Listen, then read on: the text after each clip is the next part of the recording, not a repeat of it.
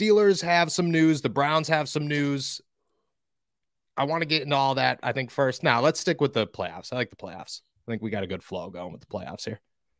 The Browns, they'll have Deshaun Watson for the first time against the Pittsburgh Steelers. Meanwhile, on defense, they got a little bit of some weird headlines going on. Did you see the Tomlinism used by Myles Garrett today? Man, that debacle on that side side of the ball for Cleveland, I don't really recall ever a player coming out and saying some of the stuff that Clowney was saying to the media. And here's why I think, just from Clowney's perspective, it's really weird because I think that I've always gotten the impression, just with like Clowney, I think he has a little bit of like overinflated value of himself. Oh, And I yeah. think Clowney's a good player. Like, Clowney's one of the better edge run defenders in the league. He can kind of be disruptive as a pass rusher through stretches, but like, he's just a good role player. Like, he's not a superstar. So like, when you come out and say the best player on the team is getting preferential treatment, like, if you're a coach, isn't it your job to put your best players in Yeah. positions to succeed? I didn't Like, get that at all.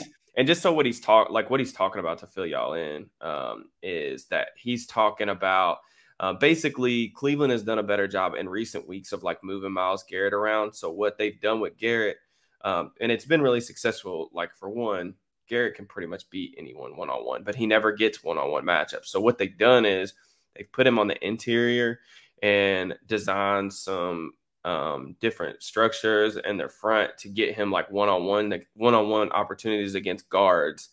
And Clowney's kind of been upset that he's not getting those looks. But the thing is, like, again, like I said, like, Garrett's the franchise. Like, he's the best player Yeah. on that team by far, one of the best defensive players in the league. Of course, the defensive head coach, like the defensive coordinator and the head coach, are going to go out of their way to make sure that he is the game-wrecking force that they need him to be. So just kind of a lack of self-awareness from Clowney. Really weird. I definitely think it was the right call from them to send him home. I mean, he's not going to be back next year. You don't want to let that distraction kind of linger in the locker room. But it is bizarre. I thought it was crazy that came out.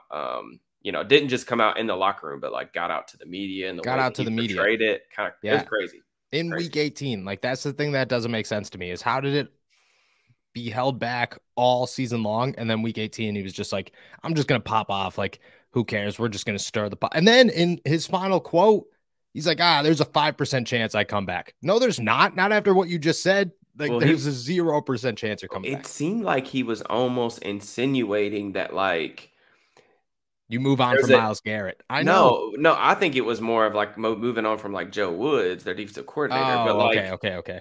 but their defense has played better in the past, over the past like 5-6 weeks. Like, it's been a lot better than it was, because coming into the season, like, you looked at the Browns roster, I thought that they had some issues in the middle of their defense, like their defensive tackle situation, their inside linebacker situation was a little problematic to me. Yeah. But on the edges, you got Clowney and Garrett.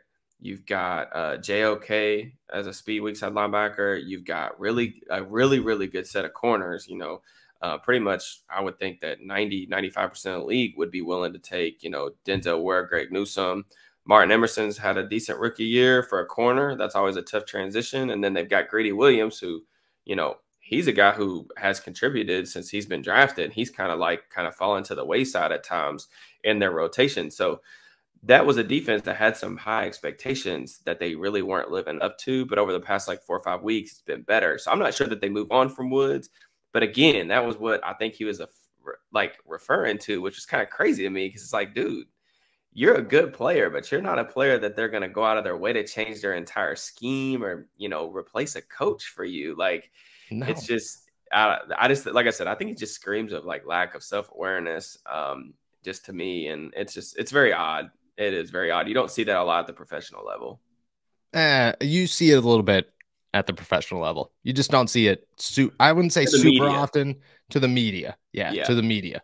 Usually it's a leak. But yeah, he was super open. And the craziest part is he's on a 1-year deal. So it's not like the Browns were like, we value you as a And that's superstar. his choice too. Like, he has been Yeah. wanting to go year to year with everywhere that he's played for, Yeah.